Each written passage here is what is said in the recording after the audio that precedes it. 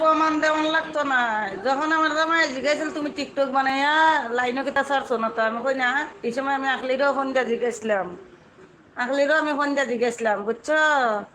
আর তুমি যে তোমার কাছে দেই যে আমি কি কি কইছি, আরো আগে কি কি কইছি, এগুলা তোমার আমার হতিনের কাছে কও নাই, কও নাই তুমি।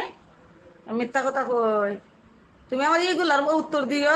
আজকে আমার তুমি ফোন দিছ লাগে, একদিন তো ফোন দাও না। তোমার ফোন দেওয়া ধরা নিয়ে যায় না, আজকে তুমি ফোন দিছ খবর নেওয়ার লাগি।